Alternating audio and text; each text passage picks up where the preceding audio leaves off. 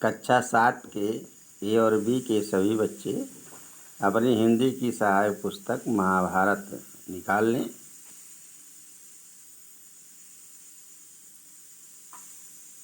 आज दिनांक 13/10/2020 को यूनिट 1 भाग 11 पढ़ाया जाएगा। ध्यान से देखें।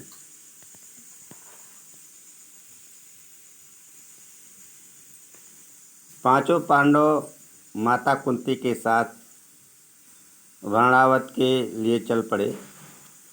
उनके हस्तिनापुर छोड़कर वर्णावत जाने की खबर पाकर नगर के लोग उनके साथ हो लिए। बहुत दूर तक जाने के बाद युधिष्ठिर का कहा मानकर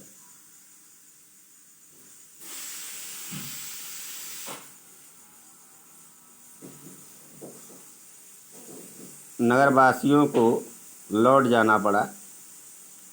दुर्योधन ने षड्यंत्र और उससे बचने का उपाय विदुर ने युधिष्ठिर को इस तरह गूढ़ भाषा में सिखा दिया था कि जिससे दूसरे लोग समझ ना सके।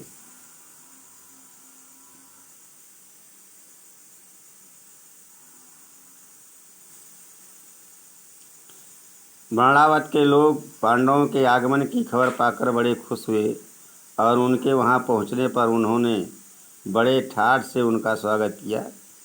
जब तक लाख का भवन बनकर तैयार हुआ, पांडव दूसरे घरों में रहते रहे, जहां पुरोचन ने पहले से ही उनके ठहरने का प्रबंध कर रखा था। लाख का भवन बनकर तैयार हो गया तो पुरोचन उन्हें उसमें ले गया। भवन में प्रवेश करते ही युधिष्ठिर ने उसे खूब ध्यान से देखा। विदुर की बातें उन्हें याद थी। ध्यान से देखने पर युधिष्ठिर को पता चल गया कि ये घर जल्दी आग लगने वाली चीज़ों से बना हुआ है।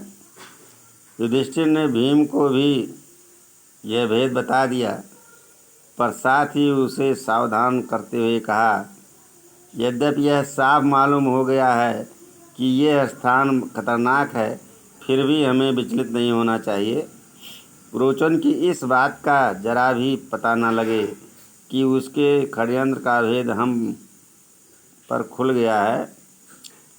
मौका पाकर हमें यहाँ से निकल भागना होगा।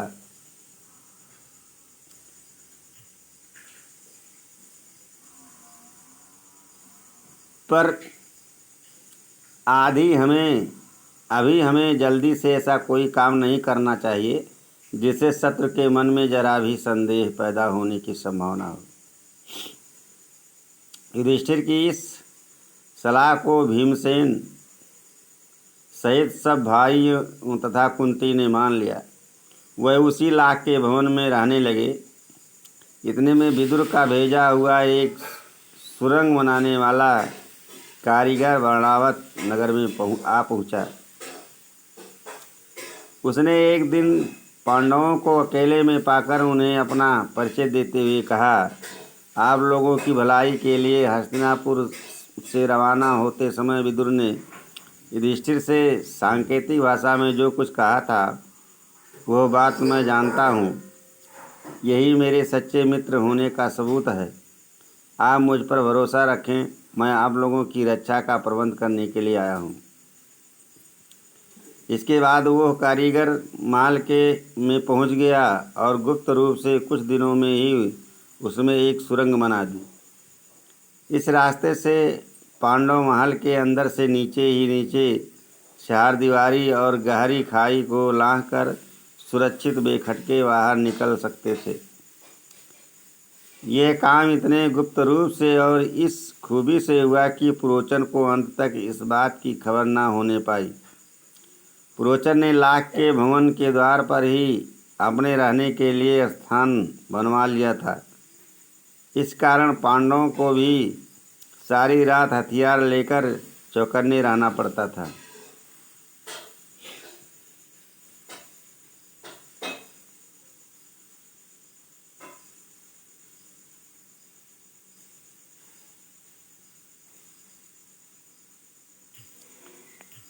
एक दिन पुरोचन ने सोचा कि अब पांडवों का काम तमाम करने का समय आ गया है। समझदार युधिष्ठिर उसके रंग ढंग से ताड़ गए कि यह क्या सोच रहा है। युधिष्ठिर की सलाह से माता कुंती ने उसी रात को एक बड़े भोज का प्रबंध किया। नगर के सभी लोगों को भोजन कराया गया। बड़ी धूमधाम रही, मानो कोई बड़ा उत्सव हो। खूब खा पी कर भवन के सब कर्मचारी गहरी नींद में सो गए। पुरोचन भी सो गया। आधी रात के समय भीमसेन ने भवन में कई जगह आग लगा दी और फिर पांचों भाई माता कुंती के साथ सुरंग के रास्ते अंधेरे में रास्ता टटोलते टटोलते बाहर निकल गए। भवन से बाहर वह निकले ही थे कि आग ने सारे भवन को अपनी लपटों में ले लिया। पुरोचन के रहने के मकान में भी आग लग गई। सारे नगर के लोग इकट्ठे हो गए और पांडवों के भवन को भयंकर आग को भेंट होते देखकर हाहाकार मचाने लगे। कौरवों के अत्याचार से जनता क्षुब्ध हो उठी और तरह तरह से कौरवों की निंदा करने लगे। लोग क्रोध से अनाप शनाप बकने लगे, हाय तौबा मचाने लगे और उनके देखते देखते सारा भवन जलकर राख हो गया। पुरोचन का मकान और स्वयं पुरोचन भी आग की लपेट में भेंट को हो गया। बर्णावत के लोगों ने तुरंत ही हस्तिनापुर में खबर पहुंचा दी कि पांडव जिस भवन में ठहराए गए थे वो जलकर राख हो गया है और भवन में कोई भी जीता नहीं बचा। धृतराष्ट्र और उनके बेटों ने पांडवों की मृत्यु पर बड़ा शोक मनाया।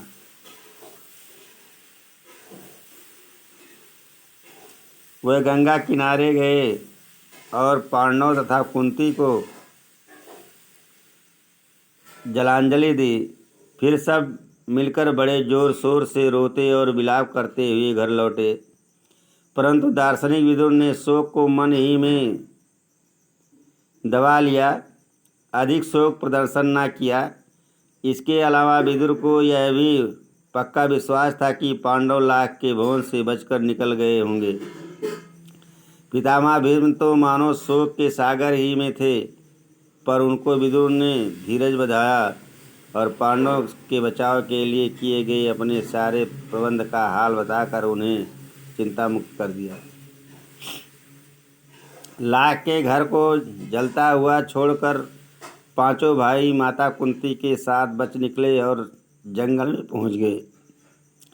जंगल में पहुंचते पर भीमसेन ने देखा कि रात भर जगे होने तथा चिंता और भय से पीड़ित होने के कारण चारों भाई बहुत थके हुए हैं। माता कुंती की दशा तो बड़ी ही दयनीय थी। बेचारी थक कर चूर हो गई थी। सो महाबली भीम ने माता को उठाकर अपने कंधे पर बैठा लिया और नकुल एवं सहदेव को कमर पर ले लिया। युधिष्ठिर और अर्जुन को दोनों हाथों से पकड़ लिया और वह उस जंगली रास्ते में उन्मत्त हाथी के साथ समान झाड़ झंखाड़ और पेड़ पौधों को इधर उधर हटाता व रौंदता हुआ तेजी से चलने लगा।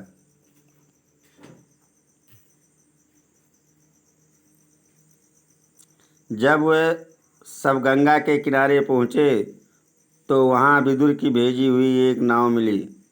युधिष्ठिर ने मल्लाह से सांकेतिक प्रश्न करके जांच लिया कि वो मित्र है। वह लोग अपने अगले दिन शाम होने तक चलते ही रहे ताकि किसी सुरक्षित स्थान पर पहुंच जाए।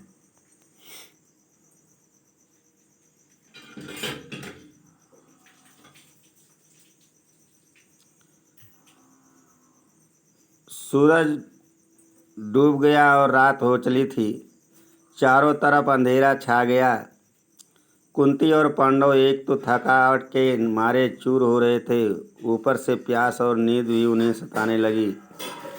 चक्कर सा आने लगा। एक पग भी आगे बढ़ना असंभव हो गया। भीम के सिवाय और सब भाई वहीं जमीन पर बैठ गए। कुंती से तो बैठा भी नहीं गया। वह दीन भाव से बोली, मैं तो प्यास से मरी जा रही हूँ, अब मुझसे बिल्कुल चला नहीं जाता। धृतराष्ट्र के बेटे चाहे तो भले ही मुझे यहाँ से उठा ले जाएं, मैं तो यहीं पड़ी रहूँगी। यह कहकर कुंती वहीं जमीन पर गिरकर बेहोश हो गई। माता और भाइयों का ये हाल देखकर क्षोभ के मारे भीमसेन का हृदय दग्ध हो उठा। वह उस भयानक जंगल में बेधड़क घुस गया और इधर उधर घूम घाम कर उसने एक जलाशय का पता लगा ही लिया। उसने पानी लाकर माता व भाइयों की प्यास बुझाई। पानी पीकर चारों भाई और माता कुंती ऐसे सोए कि उन्हें अपनी सुध बुध तक ना पता रही। अकेला भीमसेन मन ही मन कुछ सोचता हुआ चिंतित भाव से बैठा रहा। पांचों भाई माता कुंती को लिए अनेक विघ्न बाधाओं का सामना करते और बड़ी मुसीबतें झेलते हुए उस जंगली रास्ते में आगे बढ़ते ही चले गए। वह कभी माता को उठाकर तेज चलते, कभी थके नींद में बैठ जाते, कभी एक दूसरे से होड़ लगाकर रास्ता पार करते। वह ब्राह्मण ब्रह्मचारियों का वेश बनाकर एक चक्रा नगरी में जाकर एक ब्राह्मण के घर में रहने लगे। माता कुंती के साथ पांचों पांडव एक चक्रा नगरी में भिक्षा मांगकर अपने गुजर करके दिन बिताने लगे। भिक्षा के लिए जब पांचों भाई निकल जाते तो कुंती का जी बड़ा बेचैन हो जाता था। वो बड़ी चिंता से उनकी बाट जोहती रहती। उनके लौटने में जरा भी देर हो जाती तो कुंती के मन में तरह तरह की आशंकाएं उठने लगती थी।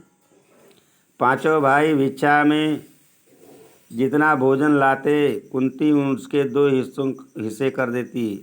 एक हिस्सा भीमसेन को दे देती और बाकी आधे में से 5 हिस्से करके चारों बेटे और खुद खा लेती।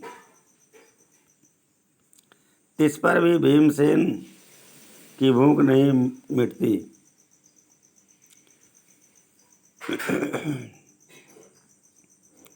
हमेशा ही भूखा रहने के कारण वह दिन ब दिन दुबला होने लगा। भीमसेन का ये हाल देखकर कुंती और युधिष्ठिर बड़े चिंतित रहने लगे। थोड़े से भोजन से पेट न भरता था, सो धर्म भीमसेन ने एक कुम्हार से दोस्ती कर ली। उसने मिट्टी आदि खोदने में मदद करके उसको खुश कर दिया। कुम्हार भीम से बड़ा खुश हुआ और एक बड़ी भारी हांडी बनाकर उसको दे दी। भीम उसी हांडी को लेकर भिक्षा के लिए निकलने लगे। उसका विशाल शरीर